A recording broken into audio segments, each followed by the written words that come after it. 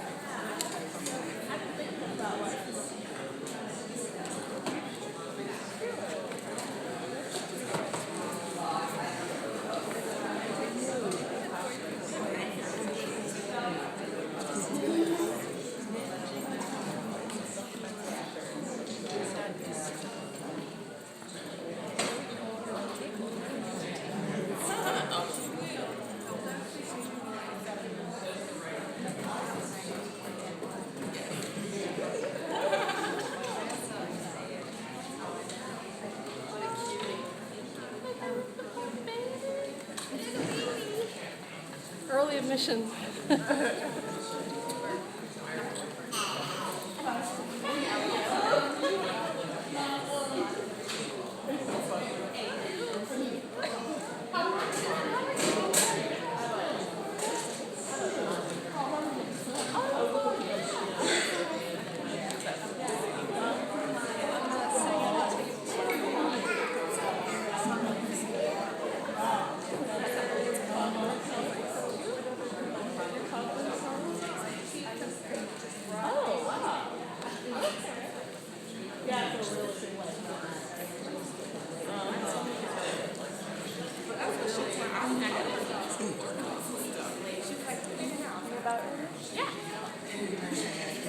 I know I don't have to keep reminding you, but I'm going to hit record.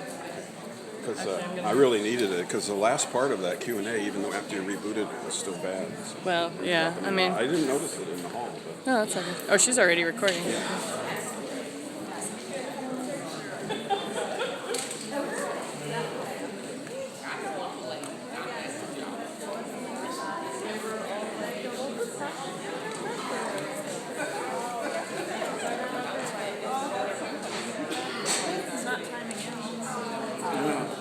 should. What format is it? I'm not sure. Got it. Yeah.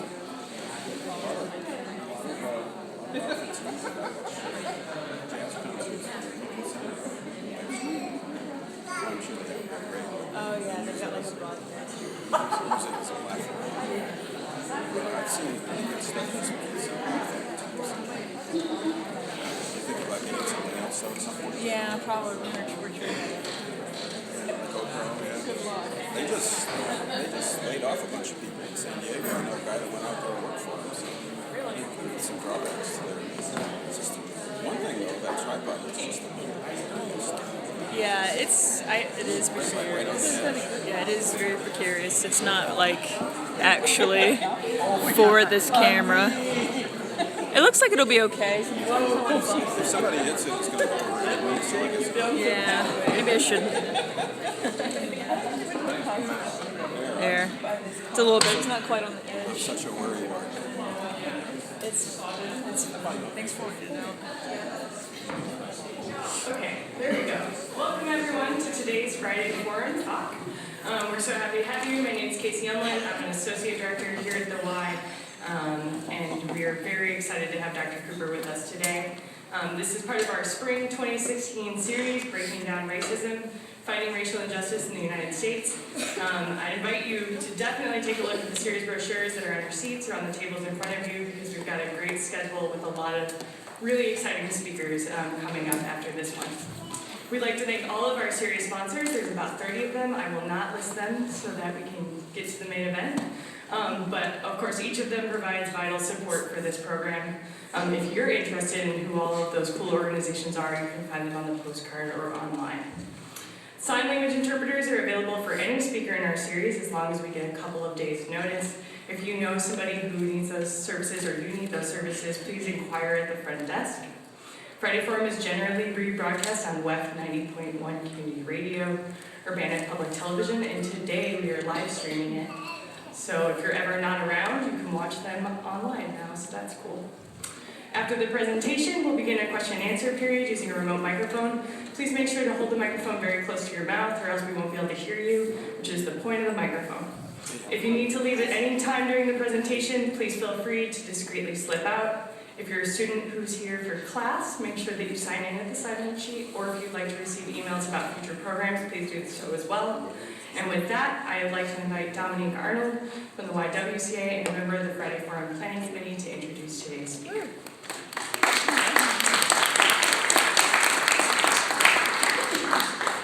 Hello everyone, and welcome to our second Friday Forum for the semester.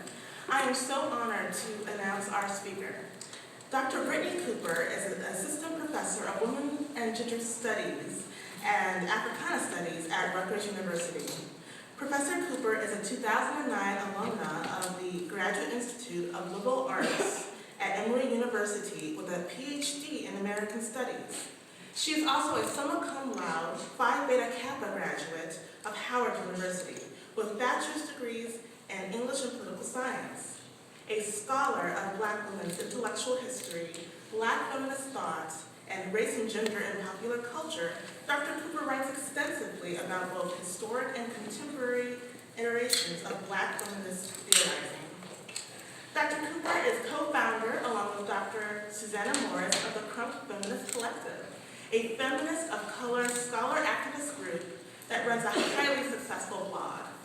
The CFC blog was also named as one of the top 25 Black blogs to watch in 2012 by theroot.com and one of the top lady blogs by New York Magazine in November 2011.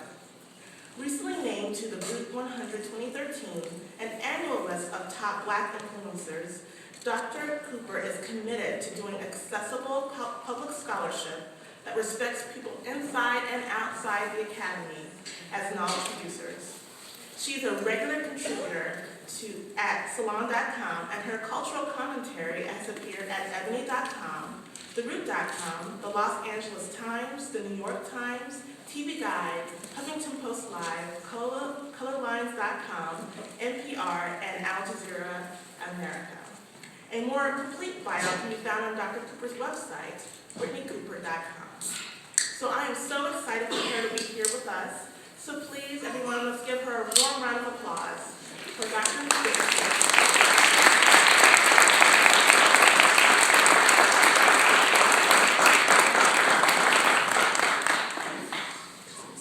Good afternoon, everyone. It's my pleasure to be here. I want to thank Dominique for that wonderful introduction. I so appreciate you. Thank you, Casey, for taking care of me. I don't see you. Where are you? Over there, and getting me here after we tried this last semester and it didn't work. So I'm glad to be here today. I also want to acknowledge a couple of colleagues in the room. I see Professor Ruth Nicole Brown, I see Professor Candace Jenkins. Thank you so much for your work, and y'all make my work better. So it's really awesome to be in the room with you. So let us begin. Today is Trayvon Martin's birthday. He would have been 21. When Rachel Jontell took the stand to testify about the events that occurred the evening her friend, Trayvon Martin, was murdered while walking home from a Sanford, Florida convenience store, she entered into a long history of Black women bearing witness to the acute and tragic pain caused by the chronic problem of American racism. While visiting his father and future stepmother in Florida, Trayvon ran out to the corner store where he purchased a bag of Skittles and a can of iced tea. On his way back, he lingered in the rain, at times taking shelter under a mailbox station in the subdivision to talk with his good friend Rachel, an 18-year-old classmate. On the walk home, he was accosted and killed by an overzealous, self-appointed neighborhood watchman named George Zimmerman. The prosecution's star witness, Rachel, had talked on the phone with Trayvon in the moments of his initial confrontation with Zimmerman and was therefore called to testify. But the mainstream ridicule of her forthright, pull-no-punches demeanor, her physical appearance, and her style of speaking, coupled with the eventual acquittal of Zimmerman, suggests that on strictly legal grounds, her testimony failed. Dark-skinned, plus-sized, and reluctant to be in the courtroom, Rachel carried the weight of racial representation on her shoulders. She immediately became the object of ridicule and scrutiny in social media as Black folks shamefully lamented her broken English and derisively compared her to the likes of Lee Daniels' Precious and Tyler Perry's Medea. Because the case was so deeply polarized along racial lines, the white vitriol against Rachel and Trayvon came as no surprise. But the Black racial disdain toward Rachel betrayed deeply internalized shame around white supremacy and a continued investment in the politics of respectability as a salve to these wounds of ours. By not offering a stellar example of race womanhood, by not being above moral reproach, both of which were characteristics necessary for Rachel to even be believed, she failed the race. Or so the story goes. But there's a different story for us to tell, especially on this day, Trayvon's day. That story is the one Rachel came to sit upon the witness stand to tell. Hers was a story about a boy named Trayvon, her friend since grade school. Her friend who never bullied her, even when so many others did. Her friend who lingered in the rain on a February night to talk to her before he went back inside for the game. To him, her size, her speech impediment, and her deep, dark, plum-colored skin did not constitute an indictment of her value or her ideas, did not make her unworthy of being seen, listened to, and heard.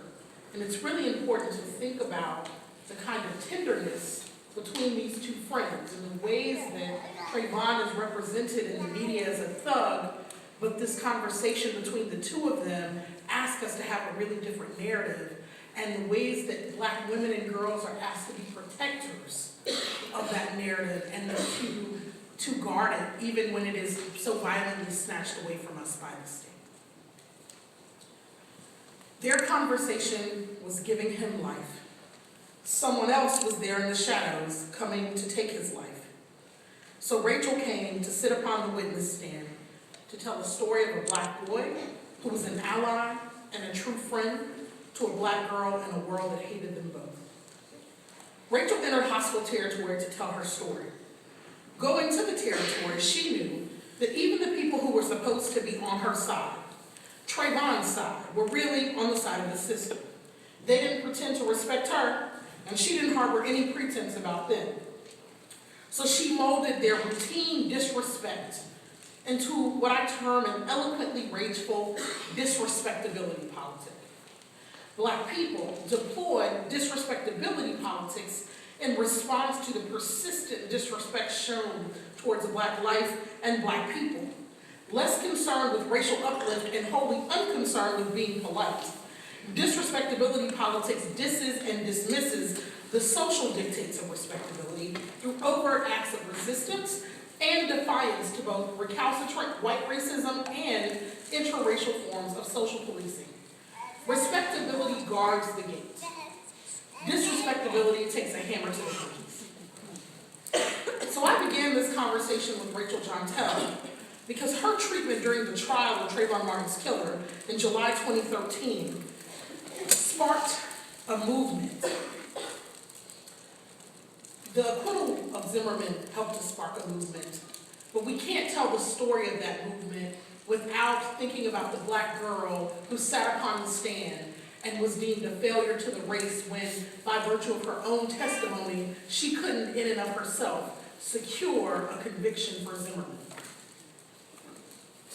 the way that she was treated demonstrates how an investment in traditional understandings of Black politics and the role of Black womanhood within Black politics set us up to misrecognize and or devalue the impact of state-sanctioned violence on Black women and girls.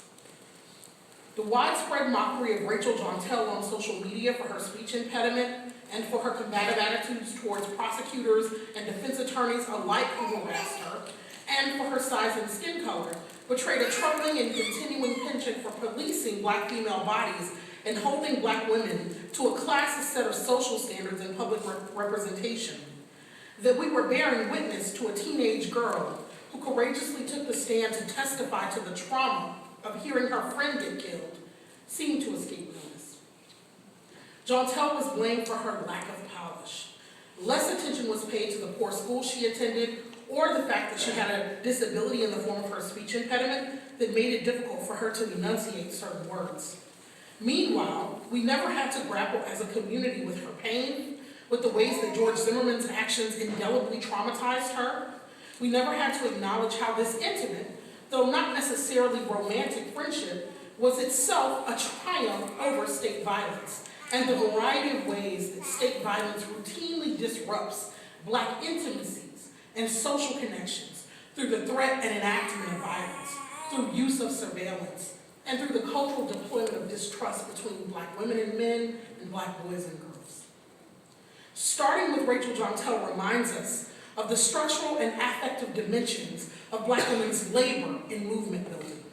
It reminds us of the precarity of Black female selfhoods if they fail to perform respectability in a paradigm in which we actually continue to believe that respectability will free us. It demonstrates the manner in which respectability politics can collude with, rather than disrupt, state-sanctioned forms of violence by justifying social and discursive violence to marginalized members of our communities. Unless we fail to get this lesson, we have been reminded in recent months, after seeing this troubling footage of a young South Carolina teen girl who had been recently placed into foster care, being tossed across the room by a police officer whom they now call school resource officers, for failing to quote-unquote respect her teacher's demands to put away a cell phone. Too many communities of people were so obsessed with her misbehavior, her quote-unquote misbehavior, that many equivocated in standing up for her right not to be physically violated by anyone, let alone by law enforcement. What this young 16-year-old girl endured was an act of direct state violence as the police officer tipped over her desk, violently extracted her from it, and flung her body across her classroom. Yet many communities focused on the ways that she lacked decorum and respect. I had countless conversations about this in social media. And if you know me personally, I cuss like a sailor, so I was cussing everybody out. Church leaders, school officials, just wanting to work, just. Several students, many of them Black, staged a walkout and demanded that the officer who violated her receive his job back. Black students.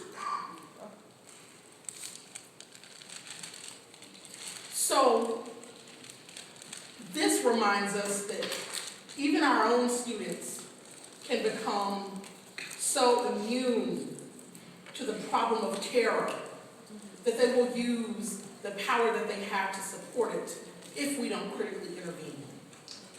While people were talking about students who lack decorum and respect, few people were talking about how Black girls are suspended from school at a rate 6 times as high as white girls. Black boys are suspended at a rate 3 times as high as white boys, but this means that within their gender, Black girls have a higher instance of racially disparate treatment than Black boys do. This is all appalling, and it's indicative of the fact that the carceral ideology which shapes how public schools function has been thoroughly effective in causing a large number of our children to assent to the normality of state violence, but also it points us to the ways in which, in the minor moments in which our children dissent, the level of penalty that they pay is designed to terrorize out of them any notion that they have dignity and that they are worthy of respect and different kinds of treatment. So this kind of carceral ideology within our schools is also indicative of the ways that a social discourse focused solely on the vulnerability of Black boys misses racial outcomes for Black girls. Even in those moments, though, we should always keep our eyes on the dissenters as a way to think about what justice might actually look like. And there was a dissenter in the room this day when this little girl was pulled out of her desk. And this young woman in the class, she was a fellow student, her name was Nia Kinney, and when the officer drugged her classmate Shakara out of the desk, Nia stood up and yelled, "What the fuck?" And she was arrested for the crime of disturbing school. Both young women are facing charges in jail time still. What we learn is that the fact of Black women's femaleness and putative femininity does not offer protection from the state. Moreover, we learn that the Black body is inherently conceived of by the state as a disrespectable quantity. So what I term the politics of disrespectability allows us to consider what it means when Black women and girls actively dissent from the terms of respectability on the grounds that there is no way to properly perform it with enough success that they would be buffered from acts of state violence. We had a procession of highly visible and heinous killings of Black men by police and vigilantes since Trayvon Martin's death in 2012. Jonathan Farrell, Akai Gurley, Tamir Rice, Jordan Davis, Walter Scott, Eric Garner, Michael Brown, John Crawford, Kahimi Powell, LaDerrick Myers, Freddie Gray, Sandy Rose, Corey Jones, and so many more. Quan McDonald. Since I started giving this talk, every time I give it, I have to add names. Yeah. So many more have died in what have felt like and in many cases looked like execution-style killings. These killings fit within a long narrative of police disregard for and disrespect of Black manhood. These killings feel to us like lynchings. But we frequently forget that women and children were also lynched. So what of Miriam Carey, Shanique Proctor, Tanisha Anderson, Natasha McKenna, Maya Hall, Sandra Bland, and just last month, 16-year-old Janiyah McMillan, who was found responsive after being held in solitary confinement for 14 hours for refusing to remove a hooded sweatshirt. Exactly 2 weeks after Janiyah died, President Obama issued an executive order banning the solitary confinement of juveniles in federal prisons on the grounds that even more than just a few hours of solitary confinement is considered torture. It wasn't enough to save Janiyah's life. How do these women and girls' deadly encounters with police and law enforcement agencies force us to revise the narrative we tell about the victims of state-sanctioned violence? In at least 5 of these cases, these women had documented histories of mental illness, from postpartum depression to schizophrenia diagnoses. In the case of Tanisha Anderson and Natasha McKenna, officers used excessive force to subdue women clearly suffering from clinical episodes. All but 2 of the women I have named were mothers. Tanisha Anderson's children watched the cops kill her after family members had called to ask officers to help her come and take her medicine. Miriam Carey was a mother suffering from postpartum depression whom it seemed took a wrong turn into the gates of the White House. She was unarmed, but she was shot and killed while her baby daughter was strapped into the back seat. And Natasha McKenna yelled at prison guards in the hours before they killed her, "You said you wouldn't kill me." The invisibility of Black vulnerability and the belief in the mythic superhuman strength of Black people does not just attach to Black male bodies. That's not just the narrative that was complicit in the killing of Michael Brown and Eric Garner. It also shapes acutely the ways that Black female bodies are interpolated and interpreted through current social understandings of safety and threat. In many ways, the narrative that animates popular discourse about white safety is about the need to protect white womanhood and the virtues of white femininity from violent Black masculine thugs who seek to plunder, harm, and endanger white communities. I mean, this is the reason that George Zimmerman gave for stalking Trayvon Martin through the neighborhood.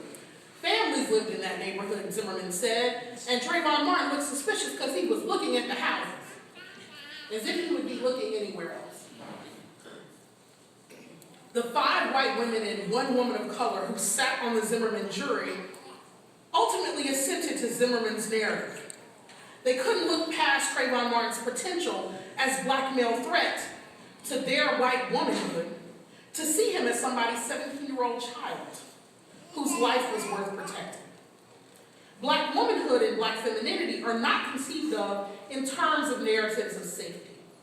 Black women are maligned for desiring help and violently and sometimes fatally rebuffed if they dare to ask for it. Consider Renisha McBride, a 19-year-old Black woman who was killed on the outskirts of Detroit after she wrecked her car and stumbled onto Ted Wafer's porch, banged on his door in the wee hours of the morning asking for help, only to be shot in the back of the head. Just 2 weeks earlier in North Carolina, Jonathan Farrell was shot for knocking at 3 in the morning on a white woman's door after having a wreck. Disoriented and injured, the young man ran toward the police when they arrived, only to be shot multiple times, fatally. Farrell was killed because his need for help portended the possibility of threat for a white family. McBride was killed because her femininity did not encode enough vulnerability for her life to be considered anything other than threat. There is no extant discourse of safety that compels state protection for Black life in any guise. When Sandra Bland was arrested this past summer in Waller County, Texas for failure to signal a lane change, we were forced to think far more clearly about how Black women fare under extreme conditions of state violence. Now, many authors have written about how Black families have to talk with their sons about what you do when the police come, right, when they pull you over. My family didn't have that kind of talk with me because I was raised in the South, and even though it should be pretty clear that I'm very much not invested in ladyhood at any level, they assumed that my being a girl would protect me. But when I watched Sandra Bland on that video, it resonated for me immediately because I thought of the second time, it wasn't even the first time, the second time that I popped off at a cop who pulled me over. I was in college, I was 21, I had just graduated. It's the first person in my family to graduate college. I was feeling myself, I thought I was awesome. I still do. And me and my homegirl went to Walmart, and as we were coming out, she left her wallet in the store. So when we got to the car, she pulled into the fire lane, and there was a security guard patrolling the parking lot, and we said to him, "Can we park right here? My friend left her wallet at the cashier." And so he parked, he said, "Sure." He parked behind us, and she ran in to get her wallet. And before she could get out, Prince George's County, Maryland police officer pulls up, pulls behind the car. Now the security guard is still sitting in the patrol vehicle right behind us, and says, "License and registration," as she's walking out. And so I said, "Oh, officer, we got permission. She left her wallet." "Ma'am," I said, "license and registration." You said, "What now?" So I knew he was on a power trip because you can see the security guard. You know no one's trying to block the fire. So I said to him, "You're really gonna write her a ticket?" "Well, he doesn't have the authority to give you permission to." Okay. So it didn't go well. I explained to him that he was on a power trip and that I didn't appreciate it. And he, my friend was cooperating, But part of what I said to him, he said, so the thing that made me angry was that he then put his hand on his club and said, I have the right to detain you for disturbing the peace. I said, no, you don't. I said, as long as I don't threaten you, you can't do anything to me. And I haven't threatened you. And I know my rights. Now, there was a little yelling involved when I said that. I didn't say it as calmly as I'm saying it now. But he de-escalated. He de-escalated. And when he de-escalated, I wasn't done. I said to him, had you done this, the headlines would have read, PG County police officer assaults 2 recent Howard University graduates for someone running in to get a rock. Now, the hilarity in this story is that I did say this thing to him about these headlines because I knew that there would be headlines if anyone did anything to me, right? I had this sort of youthful hubris that said, my life is worthy of headlines. Doesn't bother me, right? So when he heard that we were Howard University grads, he said, oh, and all of a sudden his demeanor changed, which made me even angrier. So then I said to him, I noticed that your demeanor changed when I said that. And he said, he didn't admit to that. And I said, you now see that we are somebody, right? Or that we have these credentials. I said, but what about folks who don't have college degrees? Do you treat them differently? And he just said, well, ma'am, if you have a problem, you can report me. Right? That was the end. Sandra Bland exercised her rights, asked questions, and refused to make the officer feel righteous or justified in his use and abuse of the law in pulling her over. He responded by yanking her out of the car, tossing her to the ground where she hit her head, and then sending her to jail for 3 days. On the 3rd day, while awaiting a family member to bring the $500 needed to bail her out, we are told that Sandra Bland hanged herself with a plastic bag in a jail cell. Now, when I initially heard that story, it felt ludicrous to me. This is a black girl on her way to her dream. You're not going to stop her. Someone did this thing to her. Then I had the occasion to speak with a couple of young activists who've been on the front lines getting arrested for us in major cities. And one of them shared with me the level of time and space disorientation that she felt just spending 24 hours in a jail cell. And how you're so disoriented that you don't know how long you've been there, you don't know if anyone knows you are there, you don't know if anyone's going to come for you. And so as we're sitting and we're talking about this, she just said to me, I see how Sandra Bland might have committed suicide. So I want to honor both sets of possibilities.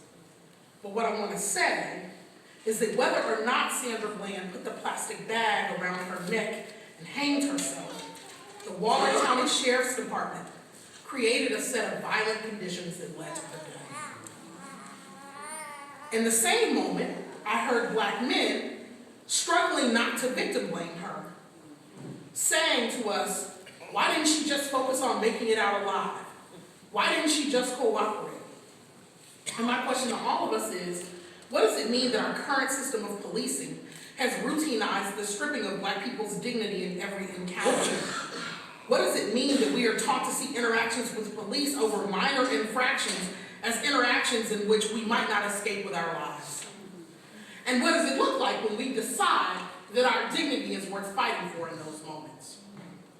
As with Rachel Jontel, Sandra Bland reminds us that in order to have a gender-inclusive movement for Black lives, one that does not blame Black women or men for their own deaths, we must refuse in all its guises the call for respectability. Very frequently, the demand for dignity and the demand for recognition of one's humanity will cause you to act undignified, which is what happened when I encountered the officer on a power trip.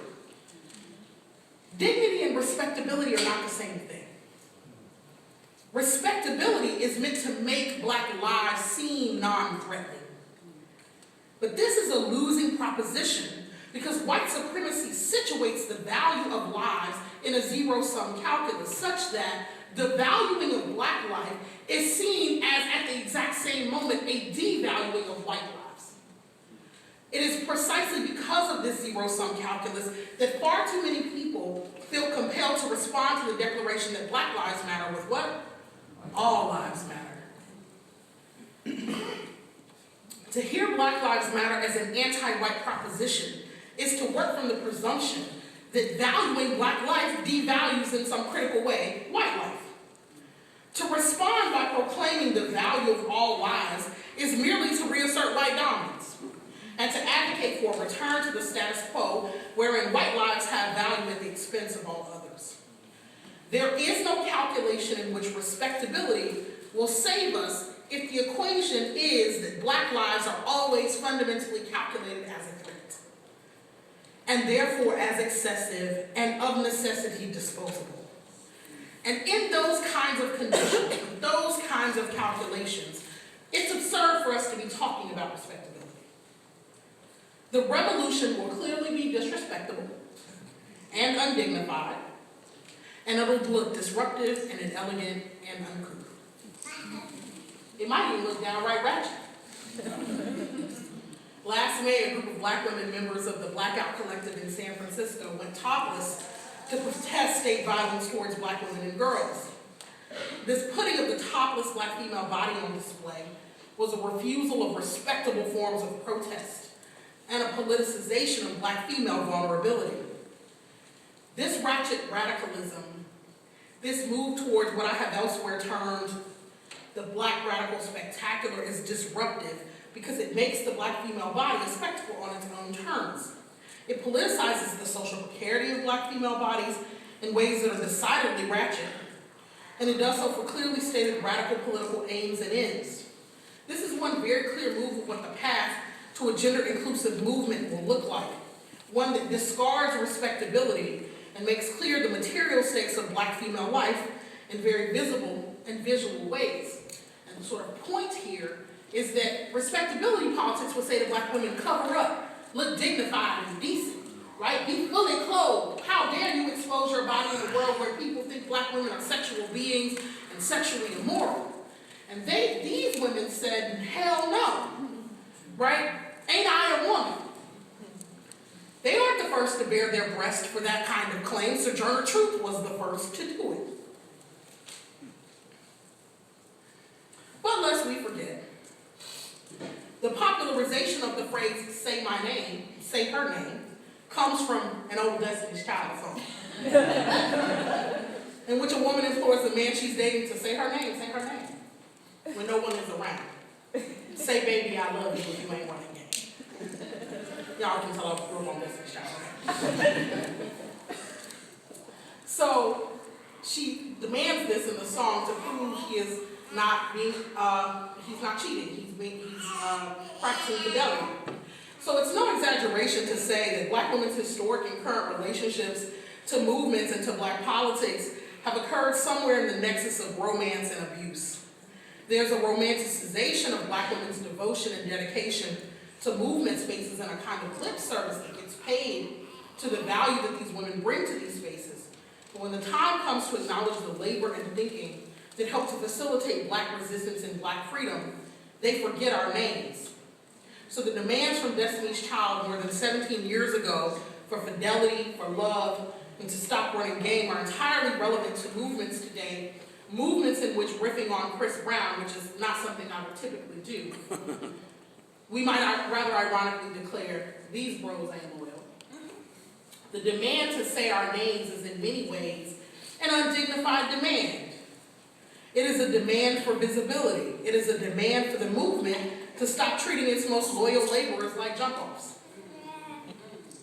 That's no shade to jump-offs. Young folk in the room know what jump-off is. But it is an acknowledgement that what this movement is not attempting to create are a bunch of heteronormative, monogamous frameworks through which to police black intimacy. Instead, I'm saying that it's a demand for accountability and recognition rather than a demand for normativity.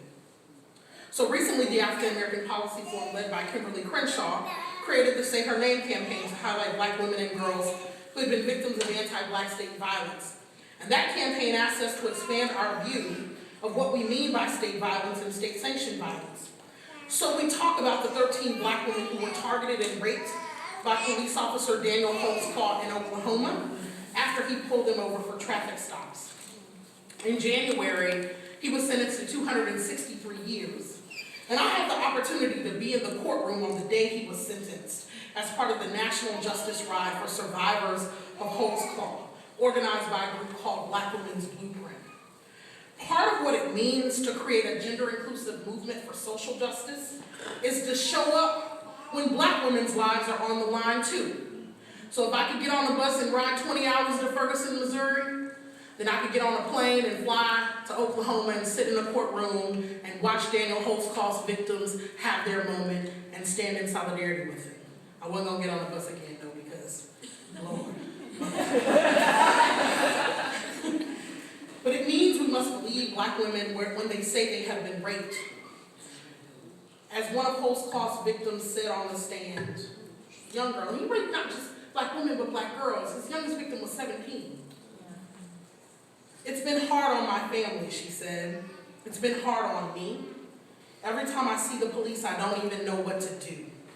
I don't ever go outside, and when I do, I'm terrified. We must take the residual trauma of state violence seriously. We talk about the fact that black women are 3 times more likely to be incarcerated than white women.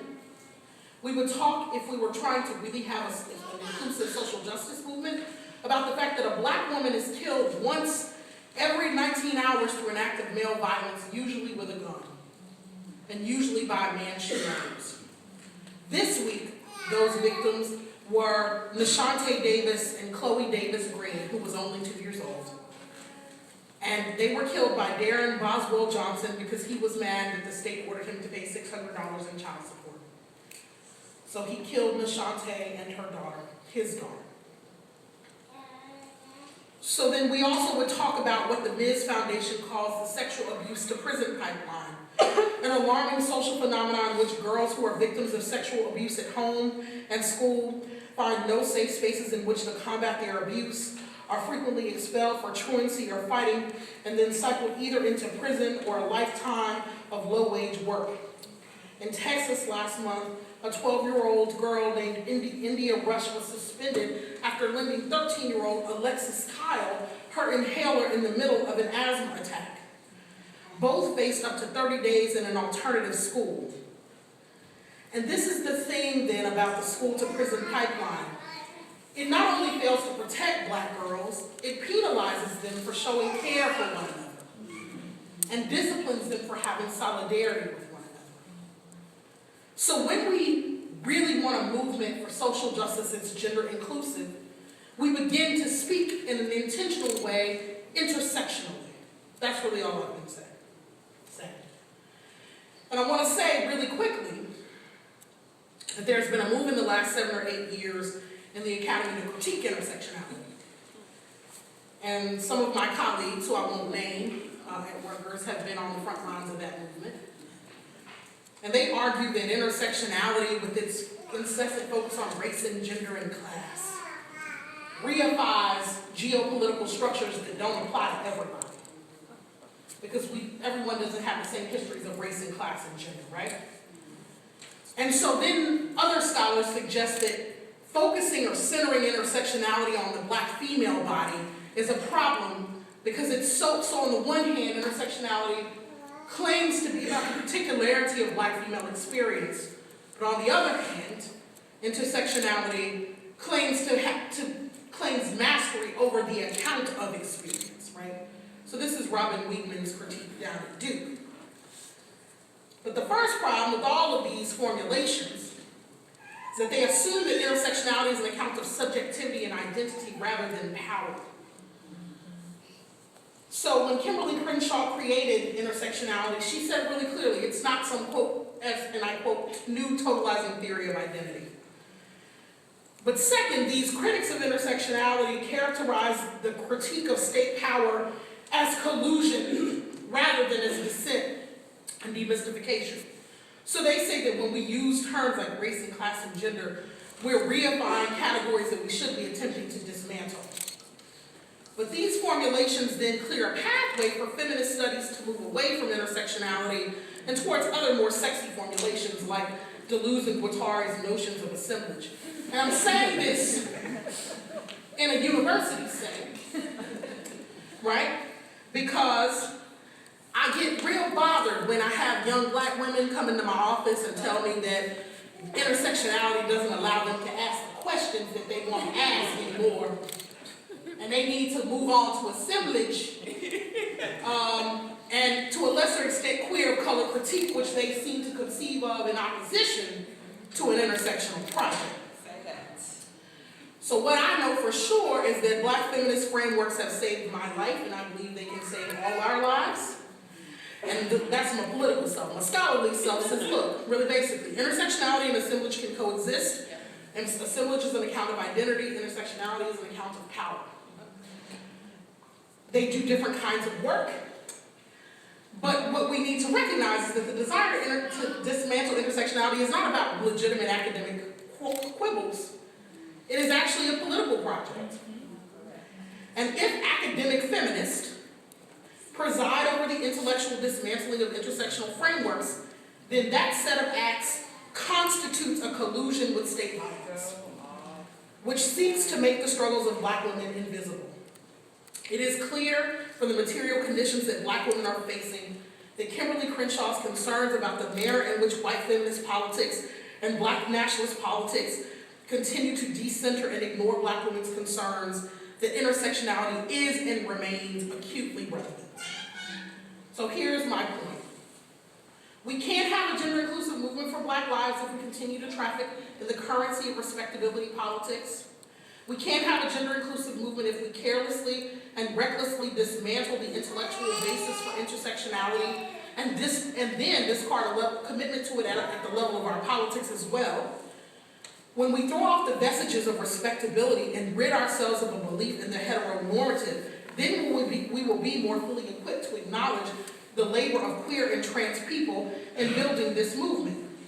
And then it becomes unacceptable to have an epidemic of trans women of color being murdered, 21 of them last year, without having significant organizing being done to stop it. So I'm thinking of Penny Proud and Ty Underwood, of Sade Schuler, of India Clark, of Alicia Walker, of Amber Monroe,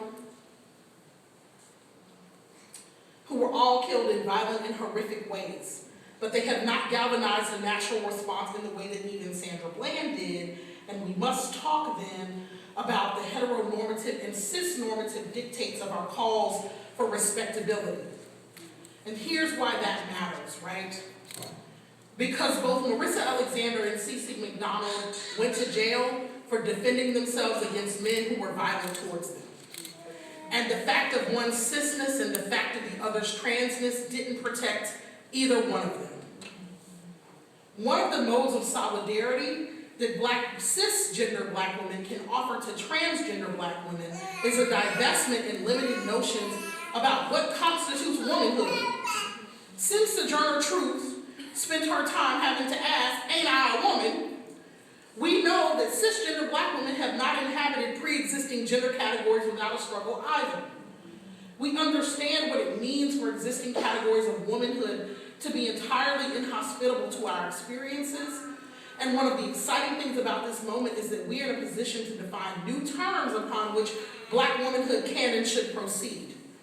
Respectability was the first attempt in black communities to grapple with the collapse of Reconstruction. We attempted then to create gender categories that would make black men and women and children legible as people, as humans, as beings worthy of legal protection, dignity, and care. We invested in respectable ideas about manhood and womanhood because they felt safe. But Marissa Alexander and Cece McDonald teach us that they were both victims of men who tried to use their femininity and femaleness against them, and they were targeted by a system when they chose to fight back. So black feminism has something to say about the problem of both intimate partner violence and sexualized brutality for both cis and trans women if we would only use the terms available to us. What I am saying is that we most assuredly need new terms. But we can't forget that part of this work begins by saying her name. In the interest of time, I'm just going to read you. I wanted to play you a little clip of Viola Davis's Emmy speech from last September. And if we have time in the Q&A, I can do it. But she gives a speech at the Emmys, and she says, when she gets on stage, she calls names. She calls Taraji Henson, Kerry Washington, Nicole Beharie, Megan Good, and Gabrielle Union. And in my book, I turn this practice listing and argue that it's part of a long history of Black women say her name politics, whereby Black women with access to the public sphere combat histories of erasure and misrecognition by calling the names of other Black women onto the stage with them. One of the first times that we saw this was in 2002 when Halle Berry won the Oscar for Best Actress. And she got on stage and called the names of Dorothy Dandridge, Lena Horne, and Diane Carroll, but she also called the names of Jada Pinkett, Angela Bassett, Vivica Fox, and said, this is for them and for every nameless, faceless woman of color that now has the chance because this door has been opened. So these remarks speak to a continuing practices in the institutions where we live and work of saying that these institutions where we work say that we value diversity when we really don't. But when Viola Davis called the names of these Black women, she was saying that this is what it looks like to be gender inclusive, that I can't just name them on one hand, and until that is true, I'm going to call their names every time I'm on the stage. So in our cultural lives and in our political lives, we have very good examples of Black women practicing this say her name politics. And therefore, there are three last names that I want to say. We are here today, and we have the movement, and I'm able to do this work because of Patrisse Cullors, Alicia Garza, and Opal Tometi, three Black women who founded the Black Lives Matter hashtag and network after the Zimmerman trial. What we know for sure is that movements for racial justice don't happen in this country without the loving labor of Black women, cis and trans. We cannot keep telling the story of Black freedom as one that centers only Black men and boys. We won't get free that way. What we know is that respectability discourses are insidious and that they must be named and confronted because they continue to obscure the variety of ways that the state seeks to keep us tethered and entangled to empty notions of freedom. To form a gender-inclusive movement for freedom, we must be willing to get undignified. We must stop running game and recognize that this is not a game. At every opportunity, we must say and speak her name, their names, and our names.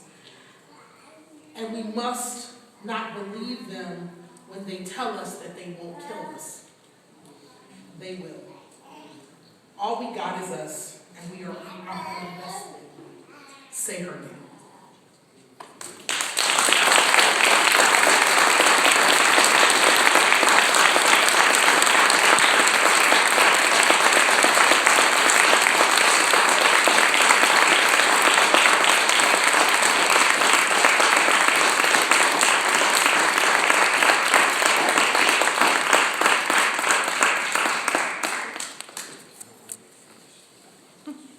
We'd be happy to take questions if anybody has them.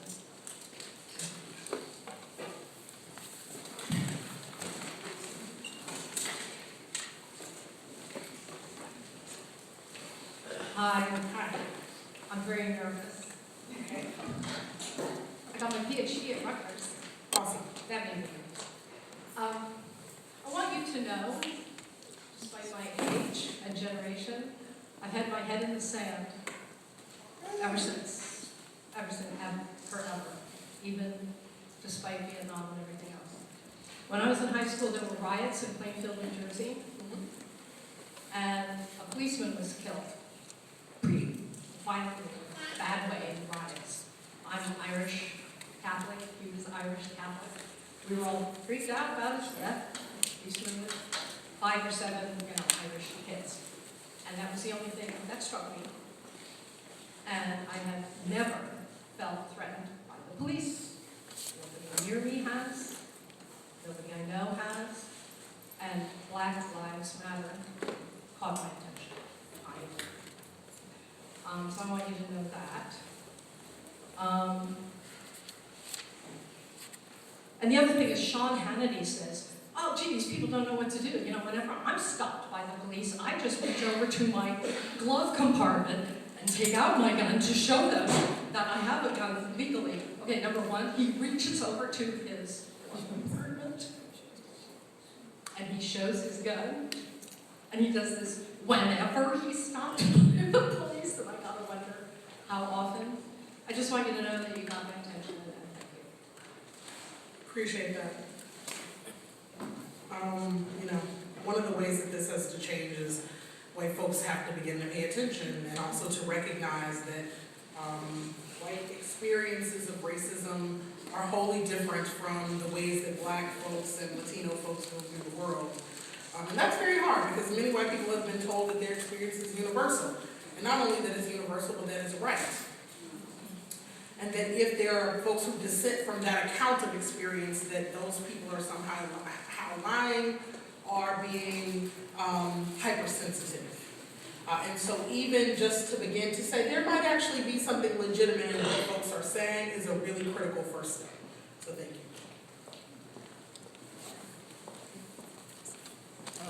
Am I supposed to stand? Good afternoon.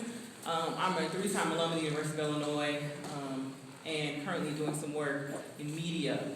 And I just wanted to get your thoughts on I am deeply disoriented by the current presidential election. And I'm really curious to hear your thoughts on options, on the kind of what options you believe African Americans have in this current political, I put process in quotes because I'm not even clear what it is that's happening. But also you're thinking on what it means for African Americans to be at the end of the age of Obama and how we need to best equip ourselves for Reconstruction 2.0.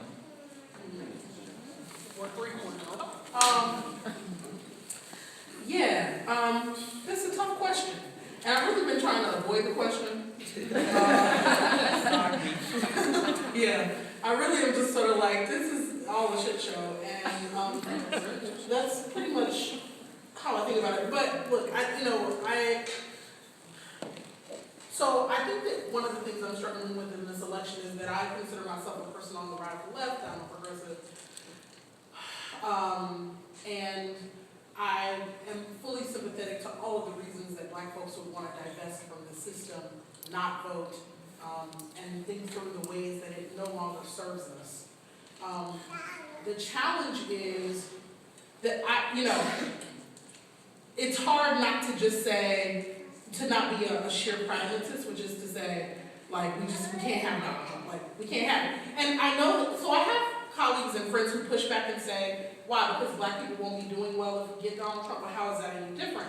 But I think that there are actual, like, real harms when the right gets into office. So I begin there, right?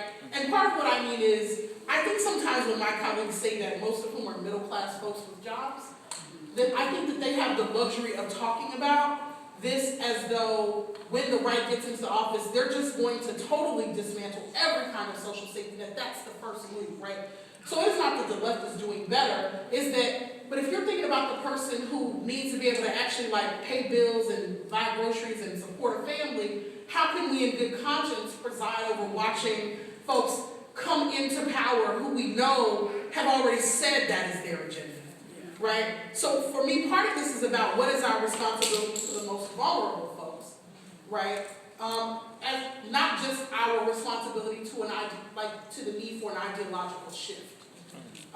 Because what we have not yet done, if we want Black people to invest in these radical political ideas, then we are going to have some convergence of what Black folks understood in the early and mid-20th century, which is that we have to figure out how to create a community safety net for folks. That we want them to buy in, right? This is what the Black Panthers did well. This is even what Club Women did well. They created a social they created a social structure for Black people to have their services, you know, to get critical social services, right? And that's not the conversation that we're having right now while we're talking rah-rah about like the need for real left political discourse. So to me, this is a disconnect, right? That's one. Two is, the challenge for me in watching the election and as well is, so I think Bernie Sanders is more compelling for those of us on the radical left. He has a critique of race and class, like an actual critique of it, right? And he says it aloud. The problem is that I also know the histories of white male socialists in this country, and I don't know that they are to be trusted as far as you can see them in terms of their real commitments to racial justice, right? So anybody who thinks that class actually trumps race is not somebody that's going to look out. Like, this is a man who says, I'm a socialist, which means you have a fundamental commitment to the redistribution of wealth, but he won't support reparations. Which means that there's no integrity to your position, which is always the sort of critical race critique of socialism, right? Is that white folks want to get around talking about race by talking about class. And then they find out that when they have their class revolution, it still turns out that the people who are doing worse look like us. And so that's not a revolution I'm willing to sign on to either. And socialist positions aren't great on feminism either, not in the old school form that Bernie Sanders practices. And then there's Hillary, who no one's excited about. Right? What I will say, and this is cognitive dissonance, and I hesitate to say it. What I will say, though, is that the part of me that's just a feminist, in the old school sense of like women are badasses, I admire that in her. I think she's badass. I don't agree with Clintonism. I don't think her policies are going to help Black people. But do I think she's the most qualified person to run this empire with its violent self? Sure. I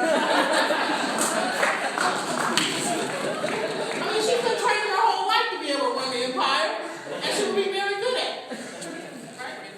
So that's how I feel. I don't know how you get around it. I haven't decided how I'm going to resolve it. What does bother me, though, is that I don't think folks understand that even if Hillary wanted to run farther to the left, she couldn't. Not and win. Barack Obama didn't run a left campaign. Because he knew a first Black president couldn't run to the left and win. But now we're mad that Hillary Clinton won't run farther to the left, and it makes me think that we don't actually think sexism is a problem. But just the straight up feminist in me, not the radical Black, like combine daughter feminist, right? But just the straight up like basic definition is like sexism is real. And white men aren't invested in having a white woman run this country any more than they're invested in having a Black man run it. Right?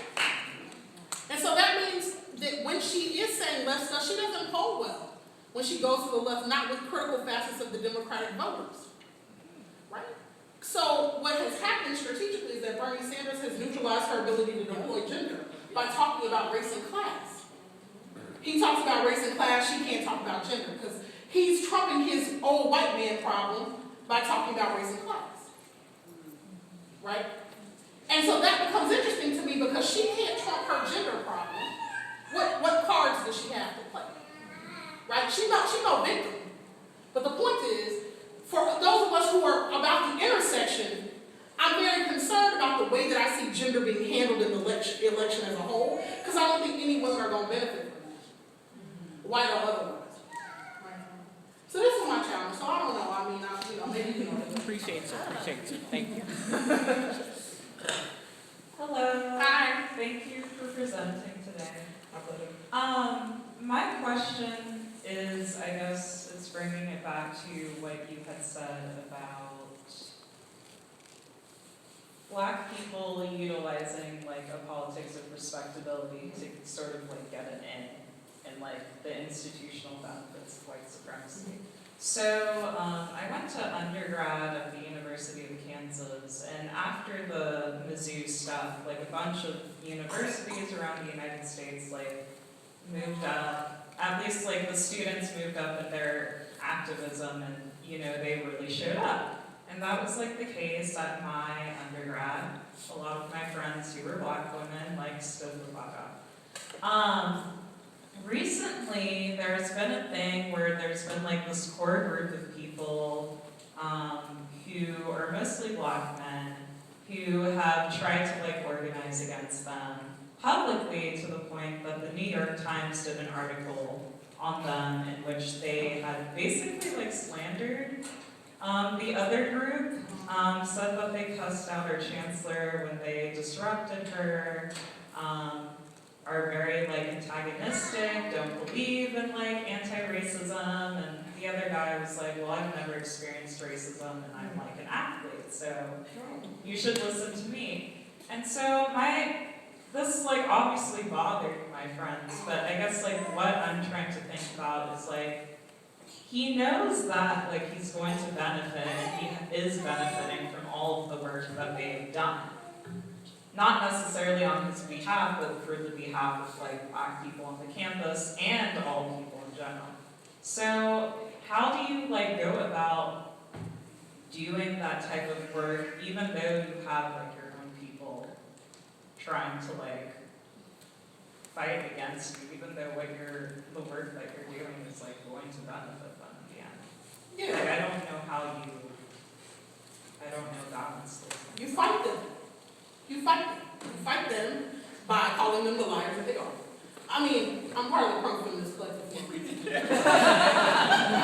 So one, I would just be like, these bros ain't loyal, which is right. They're not. We know that. We have good historical precedent for that. Two, you have Black people who very much want white institutional cachet. It is a very powerful thing to have. And they can go and get it. Just make them, call them out when they do it. That's fine. You just have to be like, look, if that's what you want, that's fine. But let's be clear about what it is that you want, right? Don't let them do it silently or quietly. And stop all this stuff about how, you know, we all have to present a united front, right? The reality, look, I think solidarity is incredibly important, and I do think universities and institutions will exploit schisms, right? But I also think that part of what we have to decide sometimes is signing on to the Respectable Negro Project doesn't help anybody but those exceptional, talented 10 brand new Negroes who are trying to get entree into the whatever institution. Call them out for that, and then if you look, part of this is about figuring out how to organize and not just the sort of flash, the pomp and circumstance of the most visible moments, right? So when you're building relationships with people on the ground, those people will be with you even if the most visible folk look like they're the ones who are winning. The thing that we have to remember is that this movement needs really committed organizers. So one of the things that happened at Mizzou, like think about that. We didn't see that coming. We saw the kids on the, outside with the protest signs, right? But we didn't see the Black women who were behind the scenes politicking with those football players. We never saw it coming. Because that's the kind of stuff that happens at the level of relationships and organizing and trust, right? And it dealt a much bigger blow than even the visible hunger strike. Because Mizzou was going to let that boy die. They were going to let him die, right? And so say to them that the power that they have is that they can build relationships and they can organize. And while these other folk are around here talking about they're not being respectable and they cussed out the whomever, they will get a lot of credit with the administration initially. But one day they will look up and find out that those people aren't leading anyone but themselves. So that's what I would say. Be strategic and don't be distracted. That's textbook. There's nothing original about that approach. Nothing at all. And so we know how to circumvent that by talking to real people and not being caught up in the administrative cookies and handouts. But it's tough. And the thing you have to do is get over your hurt feelings because the brothers ain't supporting you or whatever. But they're just doing what brothers do sometimes when they don't have anything. Thank you for your talk today. Hey, Anita. I'm glad that you were able to come. Looking forward to it last semester, so very happy that you could come back to join us. And I am looking forward to the Opal Committee coming later this month. Part of my course as a TA, I try to always incorporate things that help challenge the way that my students view people of color. And I make a point of doing that in all of my courses. Part of it, I do use Black Lives Matter because most of my students don't know that it's women that are behind that hashtag. How do you think that we can open up a space for other TAs or instructors or professors who may not self-identify as Black and may not be as comfortable talking about these things, and incorporating them in a variety of classes, not just ones that talk about policy or communication, but that might talk about math or in other areas of campus? Like, how do we engage in those conversations with our students? One is, I would say, follow like Ferguson's syllabus hashtag. There's also a really great special issue of Feminist Studies, I believe, on teaching Ferguson in the fall of 2015.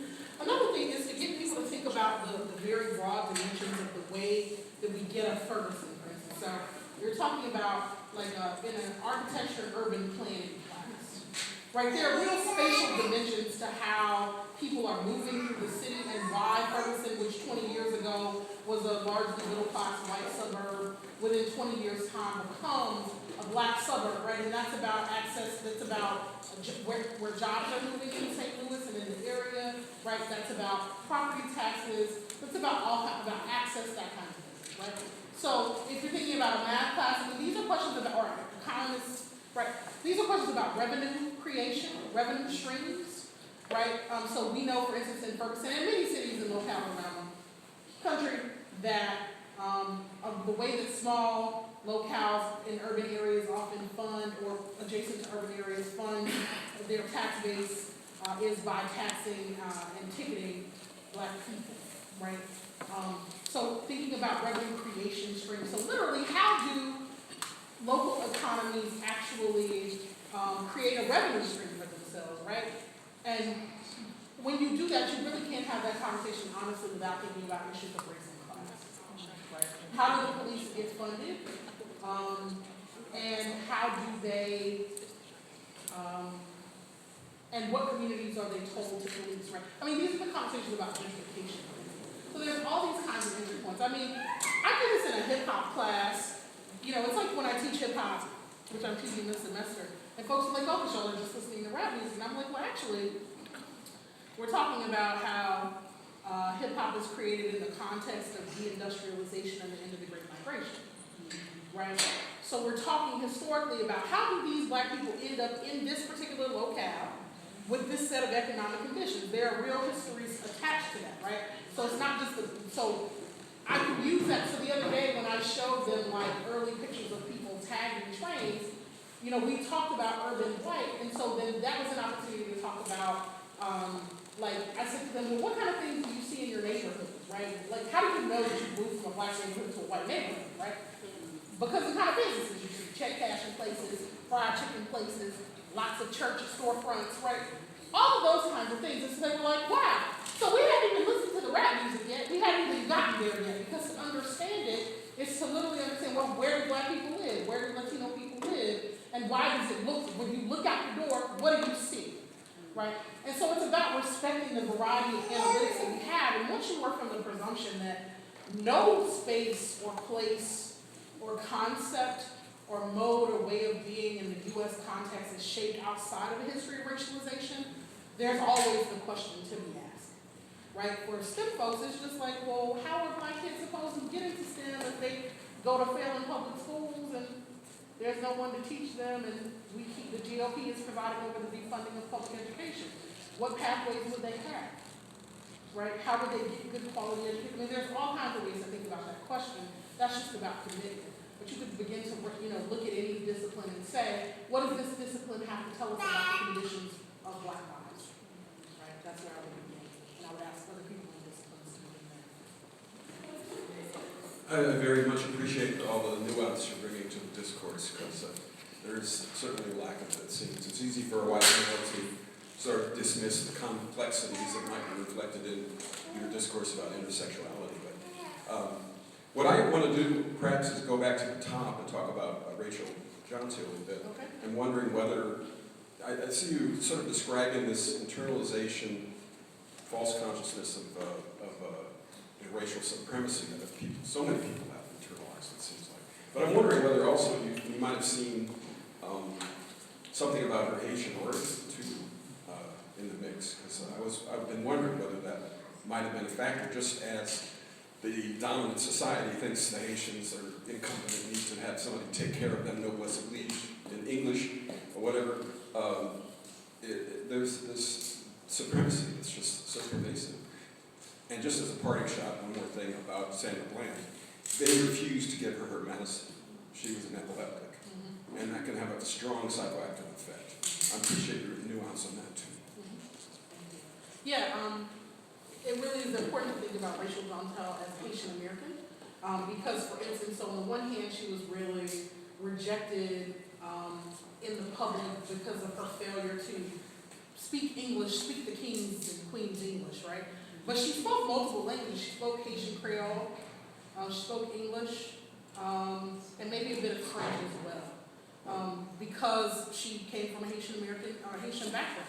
So absolutely, this shapes the context that she's going. She was in a family school, that she was a student who was largely in special education classes, but also for,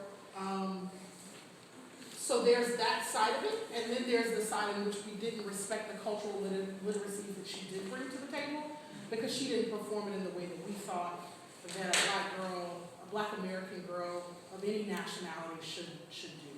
So absolutely, it totally is a part of her story and a part of the kinds of linguistic literacy that she brought that we weren't sophisticated enough to appreciate. Absolutely. We're going to take one more question.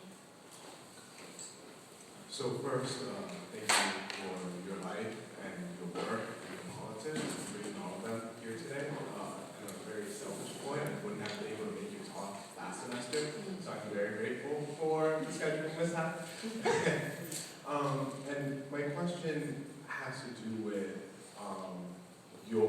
how your life, your work, and your politics play in the academy as an academic, and particularly as an assistant professor, where whether it's competing paradigms or it's just a matter of people assuming that ideology doesn't apply because of the high level of education, or they've read a bunch of Marx and Althusser, et cetera, or just that we're beyond ideology and that's the default mode of approach, point being that there seems to be a pervasive apolitical logic to dynamics within the academy, even in the process of talking politics or calling upon theory of political theory or etc. I could go on. And so something that deeply preoccupies me is seeing these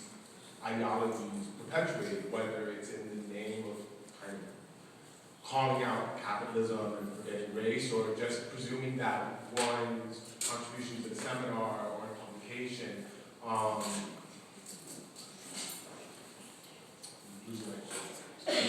abandon that training. What I'm getting at is just the deep frustration and desire to call people out, but also running into the precarity as a graduate student, as somebody who presumably is fortunate enough to face the tenure process, and all the degrees of precarity in between, that how to maintain one's political integrity in a space where you see forgetfulness being perpetuated, and yet can, one of the things that I wanted to contextualize is comments that was got.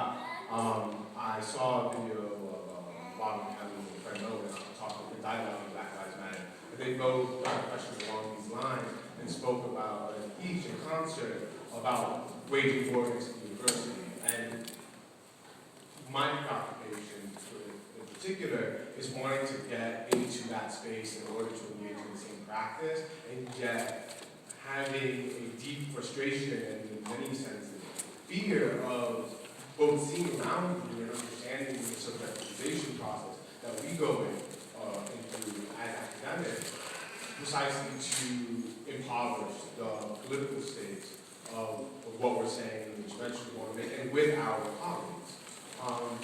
And so all of that is wrapped up say, how do you deal with these things?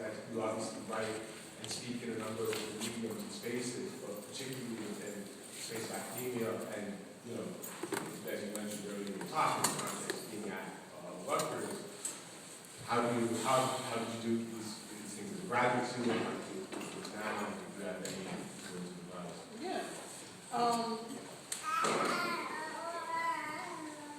I was a very political graduate student. And I would call people out. And we started the Feminist collective because we were in graduate seminars and people were being racist. And we would show out. And then we would go home and go out. And that's how we negotiated. We showed out and then we went out. And so I think you have to have a two-pronged approach. I also think that you can decide when you want to wage war. It's always a battleground. And some days you will feel like fighting and other days you won't. So I didn't fight every class, every time, because sometimes white people were being crazy. And I just didn't want to do it. I just didn't want to do it. I just didn't do it.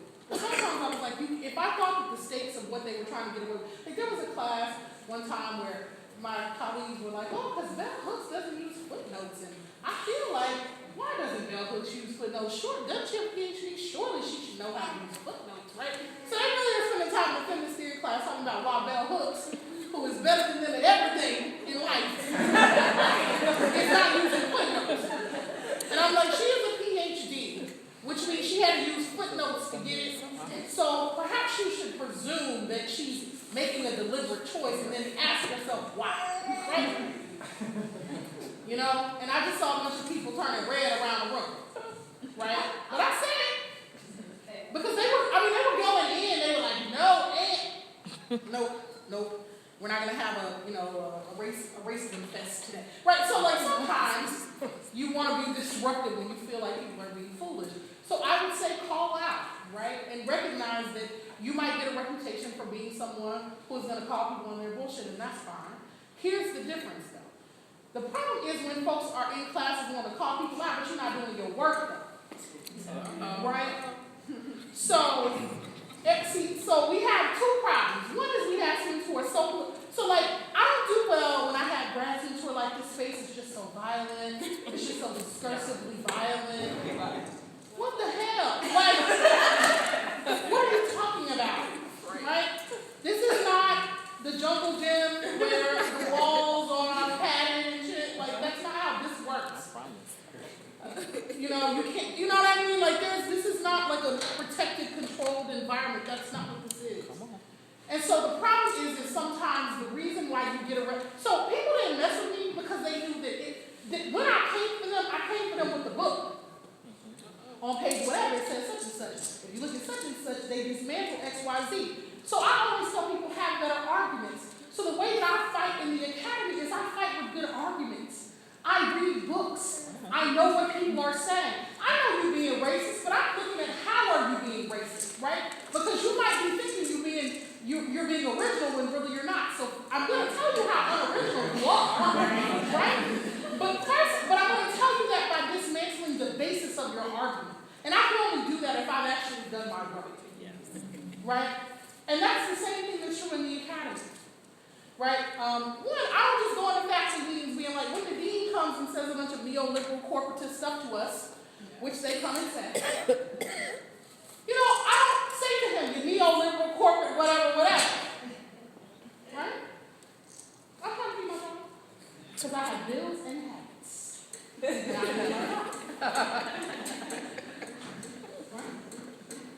But that doesn't mean that when I'm teaching my classes that I'm not going to do a unit on neoliberalism, right? That I'm not going to talk to students about the ways that the neoliberal university functions so that they have a language for what is happening here and a way that this could be different. But here's the cost, right? The cost is that I do more work. And that's the thing you just have to acknowledge. You look at my CV, and I'm producing more work because I don't want anyone to think that my political activities are a distraction from my tenure file. Right? And I know that my colleagues,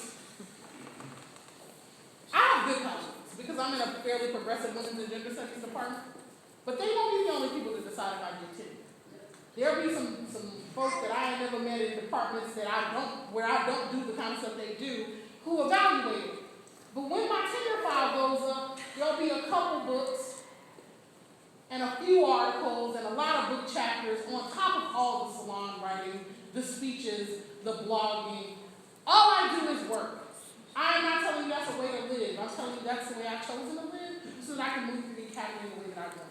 So my covenant with myself is that I wouldn't wait till after tenure to become radical, because no one does that, right?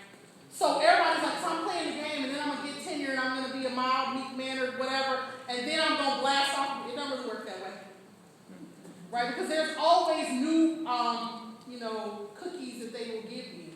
Well, because then they'll be like, well, wait till you get full. You got to be with these people till you get full. Nope. They'll be done killed me by the end of this foolishness. So I don't do that, but I'm mindful of who people are and what I can say and when, right? So be strategic, be strategic, but don't compromise. And by don't compromise, call it what it is, know what it is, but recognize for your own self-care and your own ability to be well, you can make choices about when you choose to engage and how. And I choose sometimes to fight people on the written page just as much as I choose to fight them verbally. You're seeing me fight verbally, but you can go look at my record if you want to see me take apart a text. So I've written a piece where I talk about these issues with intersectionality, and where I spend time engaging critics about the problems with their argumentation. I'm not just saying that in talks. I need receipts, and in the academy, receipts are published articles, right? So that's it. And it's unjust. It's fundamentally unjust. I look at my CV. It doesn't look like the CVs of my colleagues, and I love my colleagues who are similarly placed. We don't have comparable CVs. But what you learn as a black person and a person of color is you go, you work twice as hard, you get half as far. That shit is true. But here's the other thing. So after I'm doing that and I'm mad because of the injustice of it, because I'm mad about it, let me be clear, right? But then I go take care of myself. So I actually have a robust self-care practice, and you have to, right? So whatever that looks like. So the problem is when my students are like, I'm just so angry, this space is so violent, so self-care dictates that I can't come to class, you're going to get an F.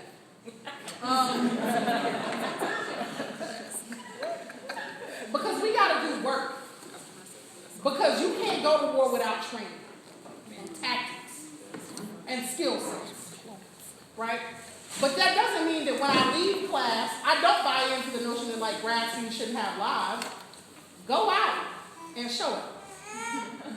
Right? Because that's balance, and that's just, it doesn't mean, learn the right way to read a book in grad school. Nobody reads every book cover to cover. You cannot do it and live. No one will tell you this. They come to class and they front. I read all 400 pages of this book. And all 400 pages of the other two I had to read. No. You gotta learn how to read an introduction, a conclusion, and relevant chapters. And, relevant footnotes too, because we grasp, you know what I mean? But those kind of strategies, right? And I actually sometimes share those with my grad students, not because I want them to be mediocre, because I want them to be well. So you need to show up, you need to do your work, but you need to have some balance. And so I try to figure that out in grad school, and I'm actively trying to figure it out. Thank you.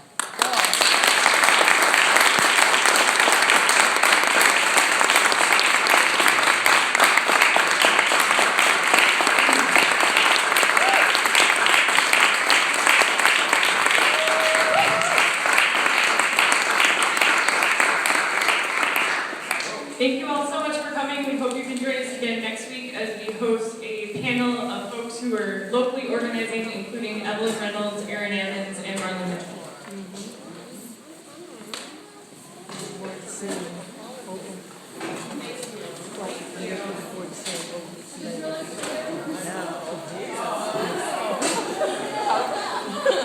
I have a meeting against you. See you around. It's great to have you.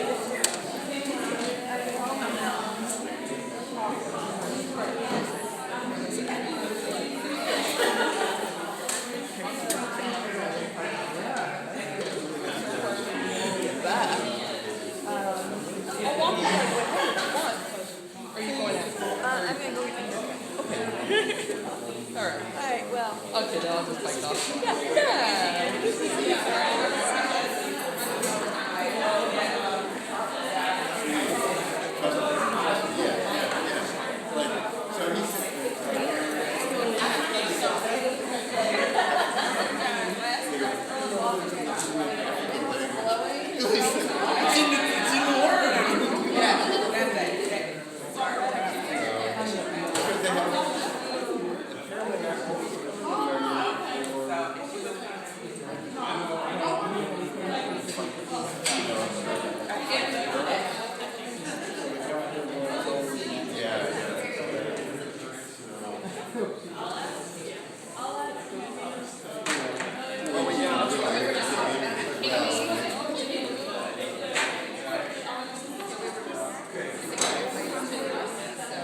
I've been trying to play little sections of it on Saturdays to go over the Monday broadcast too.